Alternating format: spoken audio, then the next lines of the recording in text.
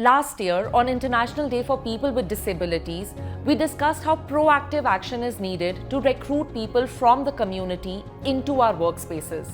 But this conversation shouldn't be restricted to just one discussion. It needs to happen on a regular basis, month on month, year on year. This year, we continue that conversation, expanding our understanding and horizons, reaching out to more people from the community to amplify their voices, their experiences, and their demands, and collectively work towards creating a more inclusive workspace for people with disabilities. Like I said before, there are over 1 billion people in the world with a disability. And to bring about a positive transformation in their lives, we have to start by transforming one life at a time. It's only then that we can bring about 1 billion transformations and touch 1 billion lives. That's why we are calling this special session Enabling Employment, What's the First Step for 1 Billion Success Stories, presented in association with Accenture India.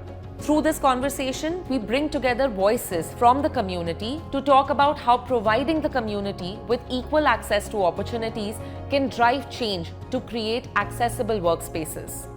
I would like to start by introducing Pawas Anand. He is the HR lead corporate functions and strategy and consulting global network at Accenture. He proudly stutters with confidence and wears hearing aids in both ears, enabling him to be a compassionate listener. We are also joined by Ekta Bhyan, a para-athlete who represents India in the women's club and discus throw events. Ekta qualified the Haryana Civil Services exam and is currently working as the District Employment Officer in the University Employment Information and Guidance Bureau at the Chaudhry Charan Singh Haryana Agriculture University in Hisar. We also have with us Ankit Rajiv Jindal. Ankit is the creator of AI chatbot Mera Mitra, which enables people to understand disability law and rights better. Last but not the least, I would like to introduce Shishir Bhatnagar. Following a life-altering poolside accident resulting in paralysis, Shishir persevered through extensive rehabilitation at the Indian Spinal Injury Centre. Now a disability rights advocate and nautical consultant at Anglo-Eastern Ship Management, Shishir champions independence and serves as an instructional designer. A very warm welcome to each one of you here. I'm really excited about this opportunity of getting to speak with all of you. I want to start with Shishir. My question is that we are all very well aware of the vast gap in the employment opportunities for people from the community. According to the United Nations, 90% of persons with disabilities in developing countries are unemployed. And in developed countries, this percent ranges between 50 and 70%. How would you respond to that statistic? Yeah, thank you, Shelly, for that question. As you said, 90% of people with disability in India are unemployed. So we don't have correct statistics available. Very few people with disability are able to get gainfully employed because of a lot of issues, which I'll just list out briefly. So like I said, the 3 A's, attitude, access, and awareness to start with. Attitudinal barriers in India, particularly in developing countries, are more pronounced than in the developed world. People with disabilities are facing social stigma and stereotypes, discrimination, making it very difficult for them to secure employment opportunities. The second issue is access, or rather lack of access, physical access, inaccessibility in the built environment. Not many workplaces have infrastructure facilities that are suitable to accommodate persons with disabilities. Third point is awareness. So this, again, at the level of the employer. Employers are not aware about the capability of persons with disabilities, and simple accommodations that can be made to facilitate their employment. For example, simply by providing work from home facility, you can gainfully provide employment to persons with disabilities. Thank you so much for that, Yes. In all of this, sports is really a silver lining when it comes to employability. And it's really where the visibility and the talents come in focus. On a global stage, we have seen forces coming together to build accessible infrastructure to host the Paralympics. It is in itself an example of how we can create inclusive spaces around us. So, Ekta, my question is to you. Can you tell us briefly how sports has paved the way for such infrastructural changes? Thank you, Shelly. First of all, I would like to thank you for inviting me here and giving me this opportunity to share our experiences. And as rightly said by Shishir, the three factors about attitudes and awareness and accessibility is really a big challenge in our country. And in this world of challenges for persons with disabilities, parasports is a great ray of hope. It is a great medium of bringing a social change that is countering with the mental barriers on daily basis. And the best part of sports is that it has increased the visibility. Earlier, no one has ever seen a person with disability who is a wheelchair user at public place or at an award function. Now people are getting recognition because of parasports. I met a person, he said that before this parasports thing, he has never seen a person on a wheelchair at a public place. So I'm glad that it is becoming a great medium of change in changing the mindset toward disability and towards the disabled persons. And second thing is about inclusivity. It has still, I would say that persons with disabilities are not the part of mainstream, because even today, those kids who are having disability are not getting admissions in schools, or person who is having disability is not getting the equal opportunity for getting an employment. So we are still not the part of the mainstream. Our literacy rate is less than 35%, and it is much lesser for women with disabilities. And as you said, the employment is also very less than 10% population who is having disability are into a regular employment. But in this scenario, sports is a great medium, because in our country, many states are having that policy, which is treating persons with disabilities or who are the para-athletes at the same level. I mean to say that they are treated at par in getting a job or cash incentives. But I would say that still in our country, many states are discriminating. The policy which is meant for para-athletes, it is very different from the able-bodied athletes. Like, they are not getting much job opportunities or the cash incentives like any other able-bodied sport. And being an athlete, I can say that getting financial support apart from the government is really a big challenge for us. You won't get sponsorship very easily to a para. You won't get a sponsorship easily, or that accessible infrastructure or accessible information is not still in the reach of persons with disabilities. But yes, it is making the picture better, and still we need to go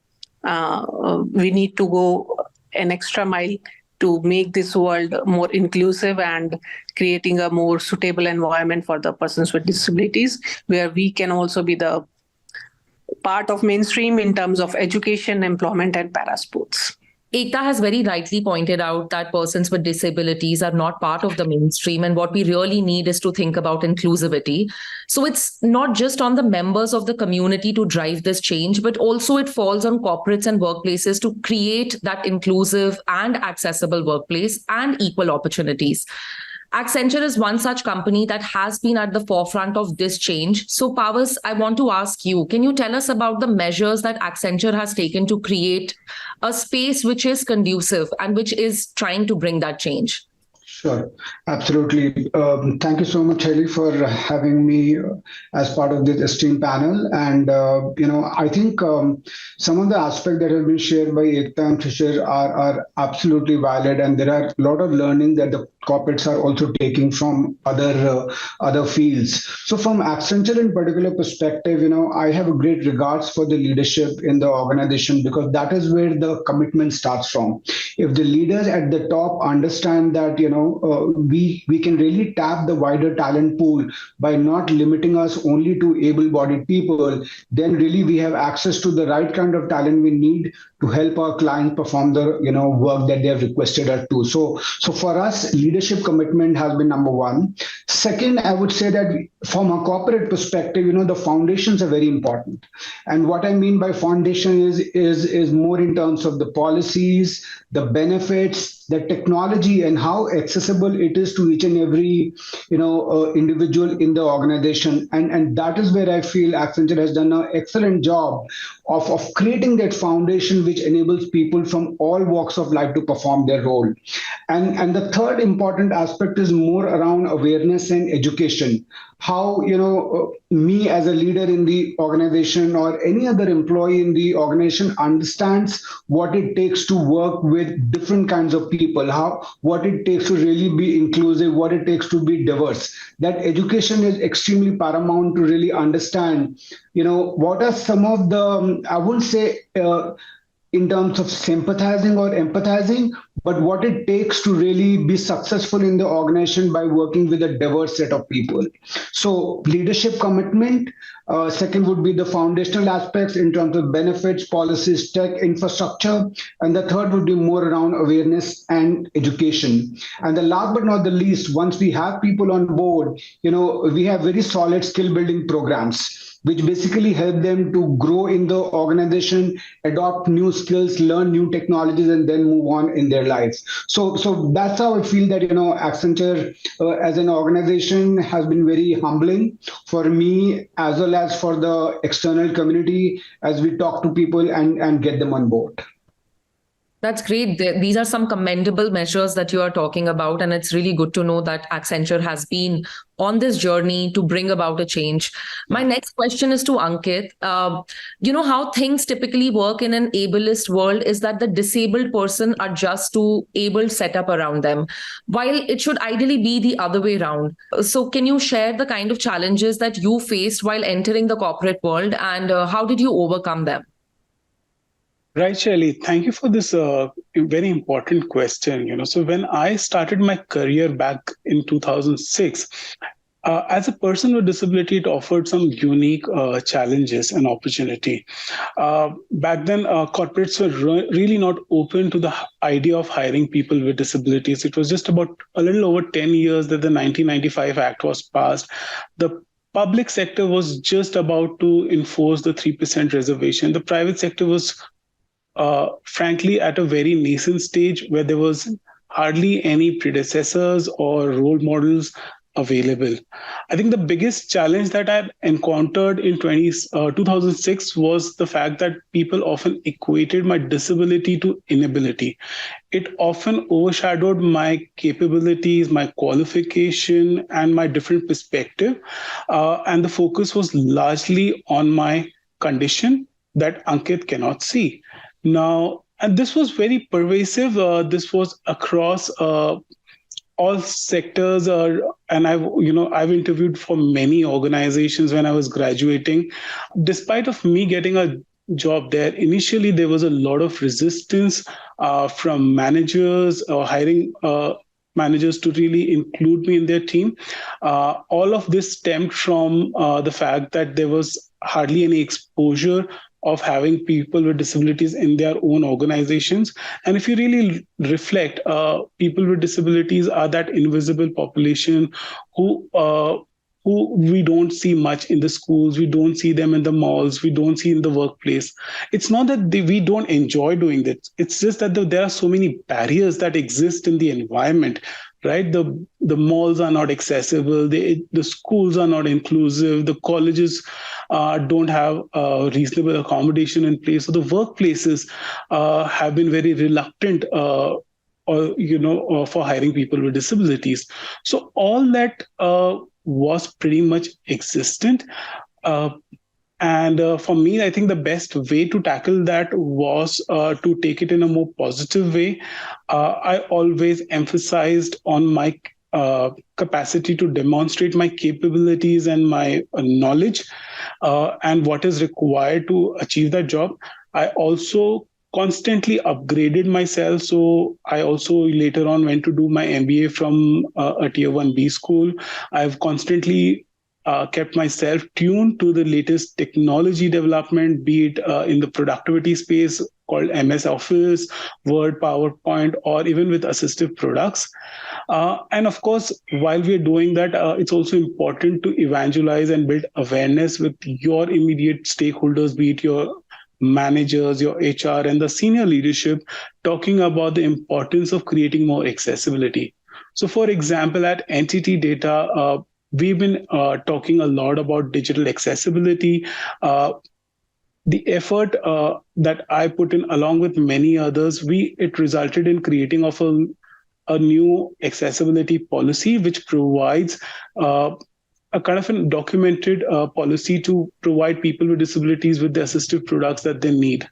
I think those are very important initiatives. So it's a combination of we focusing on our skill or the work that is required, upgrading ourselves, and also evangelizing. Having said that, I'm extremely happy. And if I really reflect back from 2006 to now, I think the industry has come a very long way. A lot more corporates have opened up for hiring people with disabilities. But as Ekta mentioned, there's still a long way to go. We see a lot of this probably in the circle of Bangalore, Mumbai, Delhi. But if you really go a step down, many cities do not have the same kind of opportunities for people with disabilities as these bigger cities offer. Smaller organizations, small and medium, they are still very reluctant in hiring people with disabilities.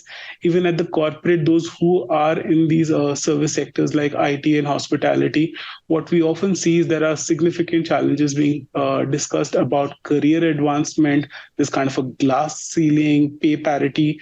These conversations are also being reflected.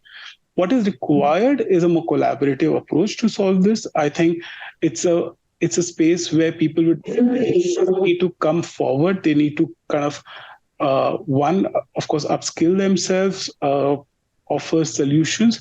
And at the same time, corporates, through their policies, inclusion, and providing reasonable accommodation, I think there's a lot of collaboration that is required to foster a more inclusive workspace.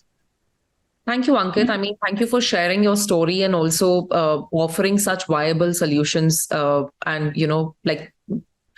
talking about these things. I want to ask Ekta now, because you are working as the District Employment Officer in Hisar. So can you give a broad idea about the current employment situation in the government sector for disabled persons? And what are the initiatives that are currently in place to ensure opportunities for people from the community?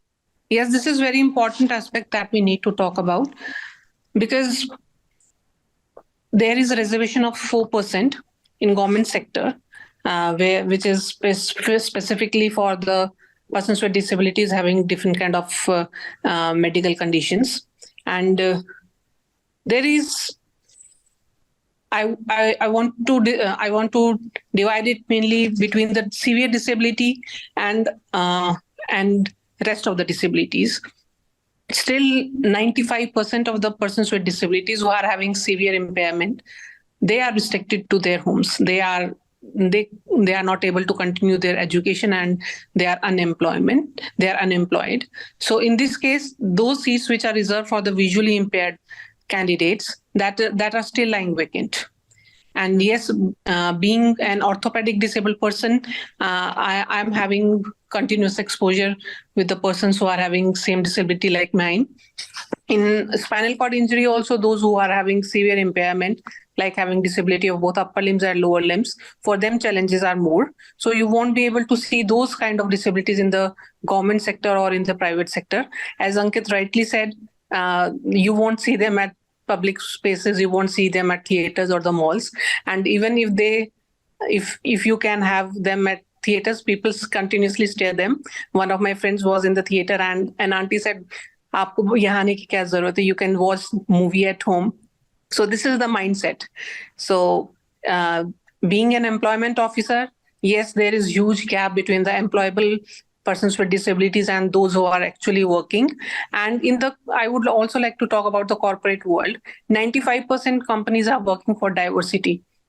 But disability is that kind of diversity where still corporates are not adopting it. Only 5% of them are adopting it and working, bringing them into their working mainstream. And I want that there must be some special recruitment drives for those who are severely impaired, those who are having 100% disability. They are not getting that equal opportunity or full participation in getting education or employment. The person with disability or their families can't raise their voice and they are not aware of their rights. So we need to create special awareness programs for their rights as well. So we can be vocal about our needs. We can be vocal about our rights. So we need to create special program drives also, along with the special recruitment drives. Sure. Thank you so much for that. I want to go back to some of the solutions that Ankit was talking about. Technology has changed a lot of things for people from the community. We have developed a lot of innovative solutions that can improve accessibility, even for those with non-apparent disabilities. So, Ankit, you've created an AI chatbot, which is called Mera Mitra, that makes all information about disability rights accessible. While this app empowers and informs the community, we should also talk about the power that technology holds to transform spaces. So, can we talk a bit about the role of technology in building accessible spaces, and how have companies implemented technologies to assist disabled employees? So that's a wonderful question once again. So Shelly, if you really look at it, technology, and personally, I always say I'm a product of technology. My life can be really segmented into two parts. So the year 2006, where I was first introduced to assistive product called JAWS, which is a screen reader. It helps to convert textual input into an audio output. I think since technology intervened in my life, the life changed completely 180 degree to me. From a very unsure, somebody who had any vision for his future, to to a very transformed, informed person. I think technology gave me that power. With screen readers on the computers, it kind of made me employable. I was suddenly now able to build my own documents, analyze my own spreadsheet, make my own presentation without having to be dependent on others, which was a constant a theme while I was completing my graduation. Like, for everything, I had to be dependent on my friends because I had no exposure to technology. But the moment technology entered my life, I was independent. I could express my ideas on my own without having to be a burden on somebody else. So as I always say, it kind of gave me wings to fly, right? And with technology getting more better, with mobile technologies coming in, there's so many of these screen readers have kind of penetrated through mobile. And if you really look at both the major ecosystems, the Android and the iOS, they both are loaded with accessibility features, and not only for the vision disability, but also for hearing disability. Those who have difficulty in reading or even changing fonts for, so those who have dyslexia or those who have some motor conditions. So there are a bunch of accessibility features. That gadget in your pocket is a power-packed assistive device. And the technology is kind of only progressing now. With the advances of AI, I'm very excited. Like, all this space of generative AI, which is kind of coming in, and of course the world is going gaga about ChatGPT. But what to me is really exciting about the transformative power that it brings in for people with disabilities. So, for example, I've recently started using the vision capabilities of this generative AI. And while we had computer vision, and it did offer me some insight on an image, which were very difficult to be accessed with a screen reader, with the generative AI and the vision capabilities coupled with it, I get detailed description. It's phenomenal what it can achieve. And it can be so transformational, say, to consume content, be it for education or for employment. And really, the scope or the advancement is applicable for all disabilities. And there are people with, say, hearing disabilities can really benefit from the captioning capabilities. We at Friends for Inclusion have also been trying to research on a solution that can convert speech into a sign language in real time using AI. And then there are many more who are actively researching, seeing how we can simplify content for those with learning and intellectual disabilities, and many, many more. So technology, I think, is a great transformational tool. It can transform both your digital spaces and physical spaces. And I think we, as a society, needs to be kind of fostering and encouraging more innovation. And yeah, I think this will definitely help people with disabilities to participate and express themselves a lot more. Thank you so much Ankit, for that. I want to ask the same question to Pawas. What do you have to say about the transformational nature of technology for people with disabilities? Yeah, yeah. So, Shelly, I kind of resonate a lot with what Ankit has said. I can share my own experience, right? I have a hearing disability, a significant one in my left ear and a less significant on the right ear. But, with the technology that is available right now, especially in the last 3 years, we have started connecting more virtually, that in-person contact has reduced. Technology has kind of helped me to improve my connections, my networking skills in terms of getting the work done. So with my hearing aid, which are connected to my phone, which are connected to my office device, the chat transcripts that are available, that has significantly kind of helped me.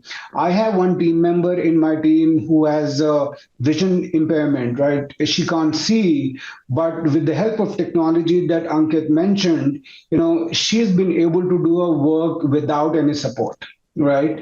And I think that is where the whole thing about education also comes in. Though these technologies are available, I do feel that as we educate our people and our external community, it is important to tell them how the technology is helping people with different abilities to perform better.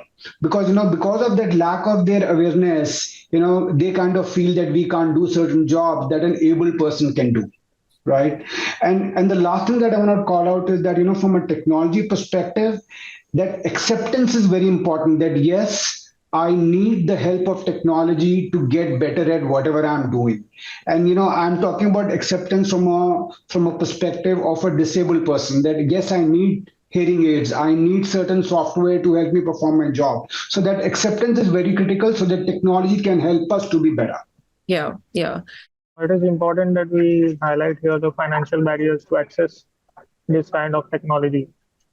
I can vouch for myself and Ekta also when I say that the wheelchairs we use cost a couple of lakhs, and they are imported from countries like Germany or America. So when we say assistive technology, yes, for those who can afford, it is definitely a game changer. I want to continue with the statement said by Shishir. It is not only about the assistive devices that we have to pay more. It is about the daily costing also. Like for getting the accessible vehicle, that is a very expensive thing for us. For getting a vehicle where we can accommodate our wheelchair and we can travel, because still the public transportation is not accessible to wheelchair users or disabilities with severe impairments. And being disabled is an expensive thing. Apart from paying extra for the devices and transportation, we have to pay more for accessible homes and getting an accessible room at the hotel. So this is the overall picture, that a person with disability paying more for the daily things, which cost a bit lesser to the able-bodied person. Powers. So when someone in the leadership discloses their disability, it creates a very positive impact on other members of the organization and in the community holistically. So as a leader yourself, can you tell us a bit about how a leader disclosing of their ability can make you feel represented and motivated? Also, how has your journey been as a leader with disability? So, I just feel that at a position that I'm in my career, I just feel humbled. When I'm able to be vulnerable with my people, with the individuals whom I work with on a day-to-day basis, and I'm not expecting their sympathy, I'm not expecting their empathy, but it is more from a perspective that I want to be them. I want to be part of the larger crowd. And then when one of the leaders stands up, it kind of, opens up doors for many others to kind of raise their hands and talk about the disability that they have. And that's what I was trying to say in the earlier question as well, that once we accept who we are as an individual, we can raise our hands to get help. And that to me is really a beginning. Once we know that yes, we need help, we are raising our hand, we are accepting who we are, and then many more will follow along with us. And one more point that I want to kind of make is that when the leaders stand up, they kind of also understand what the needs of the organization is, both from a talent perspective and also to make the workplace more inclusive for differently able people. So we have a leadership advisory council or a accessibility council, which kind of reviews that what are the changes that we need to make in our policies, processes, technology on a very periodic basis, because we don't want to be stuck in time. Basis the movement of technology, basis what we hear, real time we want to change and make the workplace more accessible. Very well said. Thank you so much for that, Pawas. I want to ask my next question to Ekta. We are speaking about being a leader, with disability, but how do you think things have changed for people who are seeking a job? How are things different if you compare now and then when it comes to disability inclusion and also equal opportunities? With the improvement in the literacy rate, with every passing year, the employability is increasing for persons with disabilities. And the second thing is that now the corporates are also focusing more for inclusivity and for accessibility for their disabled employees. And thirdly, the reservation provided by the government of India and the government of other states in the country, that is improved from 3% to 4%. So with this total picture, employment rate is increasing, but still it is a distant dream for us that every person with disability is having equal opportunity for getting an employment, and secondly, accessible information and infrastructure. This is still a distant dream for us. Still, as employment rate is around 10% only. So we need to work more on employment sector. Very well said. Captain Shishir, I want to ask you, how far are we really from true inclusivity, and what do you think we need to do to get there? Unemployment challenges require comprehensive effort. We have got a lot of viewpoints here. So 5 points quickly I would like to make to sum up what they should include at least as a minimum. Improving educational opportunities at the very base. To start with, raising awareness both among employers and employees, imposing disability-friendly workplace policies, and this should not just be cosmetic in nature. Providing vocational training to people with disabilities so they can get gainfully employed, and promoting a more inclusive and accessible society. This is perhaps the most difficult of them all. Pawas, I would request you to your final thoughts on, creating a truly inclusive workspace. Where are we lacking? What spaces have we left behind? And how can India ensure that persons with disabilities are not just employable, but truly a part of the workforces? Sure. Absolutely. So, Shelly, first thing I do want to call out is that, we need to kind of take a pause and also celebrate where we were and where we are now. So that I think is extremely important, because the movement that India has made as a country in the last 10 years has been significant. We cannot really forget that. So I do want to kind of, call that out. We do a lot of comparison with the Western world. I've worked outside of India for the last about 10 years, but I can tell you, apart from the infrastructure related development that we are seeing at a slow pace in India, rest all factors are pretty much similar across the globe in terms of the challenges, right? Be it in terms of workplace or be it in terms of the external, employer market, both in the private sector as well as the public sector. From an overall community, not just the organization, I think first thing that is extremely critical is for us to educate the family members to make sure that they're not seeing this as a stigma or a burden, and how can the government help there. Second to me would be that, we don't need to solve world hunger at once. Let's just take baby steps, take one step at a time, celebrate those steps, and then take the next step. And the last but not the least is going to be that, all the best practices that Ankit spoke of, Shishir spoke of, Ekta spoke of, we need more forum to talk about these best practices so that we are not reinventing the wheel and shamelessly copying and replicating. So these are some of the things I would call out and lastly, Accenture as an organization, for the large workforce that we have in India, I think we are making a significant contribution, and we are saying it very openly that anyone who wants to learn what we are doing, how we are kind of making an inclusive workflows, will be more than happy to share and help them adopt as well. Great. That's really good to know. Thank you so much, Pawas. I would ask the same question to Ankit. If you can quickly wrap up, what do you think of where we are at and what we need to do more? So yes, I think we've come a long way in including people with disabilities. There are a lot more opportunities that are available at the corporate. However, there's a long way ahead also. I often say, I think the disability journey or the inclusion journey for people with disability at the corporate is somewhere what the Women's Initiative was there in mid-80s or mid-90s. I think we need to come out with a lot more collaborative efforts. All stakeholders, including the corporate, the government, the NGOs, the civil society, and people with disabilities themselves need to come up and find more solutions. We need to understand that people with disabilities are not a liability. They come up with a unique perspective. They also contribute to the bottom line, and more importantly, they are also your customers. So let's understand their needs and start catering to them. Invest in, use these platforms like academic research and CSR to find more innovative solutions that can bridge accessibility barriers for people with disabilities. And I think just by understanding and not considering them different, I think, quote unquote, different, I think we'll be able to make this world a lot more accepting and inclusive for people with disabilities. Thank you for your positive note, Ankit. Ekta, your thoughts, please. There is a campaign, We the 15, that stands for persons with disabilities around the globe. And this is the 15% population of the world who is having disability. And this number can be more in developing countries like India.